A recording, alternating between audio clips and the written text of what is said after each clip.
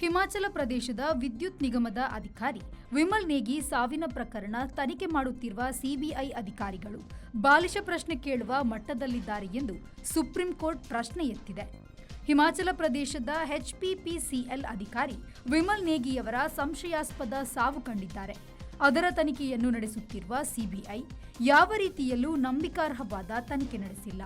ಅವರು ಕೇಳುತ್ತಿರುವ ಪ್ರಶ್ನೆಗಳು ತೀರಾ ಬಾಲಿಶವಾಗಿದೆ. ಇವರೆಲ್ಲ ತನಿಖಾಧಿಕಾರಿಯಾಗಲು ನಾಲಾಯಕ್ ಎಂದು ಸುಪ್ರೀಂ ಕೋರ್ಟ್ ಹೇಳಿತು. ನ್ಯಾಯಮೂರ್ತಿಗಳಾದ ಪ್ರಶಾಂತ್ ಕುಮಾರ್, ಅಕ್ಸಾನುದ್ದೀನ್ ಅಮಾನುಲ್ಲಾ ಅವರಿದ್ದ ಸುಪ್ರೀಂ ಪೀಠವು ಸಮರ್ಪಕವಾಗಿಲ್ಲದ ತನಿಖೆ ಸಂಬಂಧದ ಅರ್ಜಿ ವಿಚಾರಣೆಯನ್ನ ನಡೆಸಿ ಈ ಮಾತನ್ನು ಹೇಳಿದೆ. ಎಚ್ಪಿಪಿಸಿಎಲ್ ಅಧಿಕಾರಿ ದೇಶರಾಜ್ ಎಂಬವರು ಸಲ್ಲಿಸಿದ್ದ ಅರ್ಜಿ ವಿಚಾರಣೆಯ ವೇಳೆ ಸುಪ್ರೀಂ ಕೋರ್ಟ್ ಈ ಮಾತನ್ನು ಹೇಳಿದೆ. ಕೇವಲ ಊಹಾಪೋಹ, ಭೌತಿಕ ಆಧಾರಗಳಿಲ್ಲ ಎಂದಿತ್ಯಾದಿಯೇ ದಾಖಲೆ ಎನ್ನಲಾಗಿದೆ. ಸಿಬಿಐನಲ್ಲಿ ಈ ಬಗೆಯ ಅಧಿಕಾರಿಗಳು ಇದ್ದಾರೆ. ಅವರೆಲ್ಲ ಆ ಹುದ್ದೆಗೆ ಅರ್ಹರಲ್ಲ ಎಂದು ಸುಪ್ರೀಂ ಹೇಳಿತು. ಎಚ್ಪಿಪಿಸಿಎಲ್ನ ವ್ಯವಸ್ಥಾಪಕ ನಿರ್ದೇಶಕ ಹರಿಕೇಶ್ ಮೀನಾ, ನಿರ್ದೇಶಕರಾದ ದೇಶರಾಜ್ ಮತ್ತೊಬ್ಬರು ಮಾನಸಿಕ ಹಿಂಸೆ ಕೊಟ್ಟಿದ್ದರಿಂದ ವಿಮಲ್ ನೇಗಿ ತನಗೆ ತಾನೇ ಸಾವು ತಂದುಕೊಂಡಿದ್ದಾರೆ ಎಂದು ಆರೋಪ ಮಾಡಲಾಗಿತ್ತು.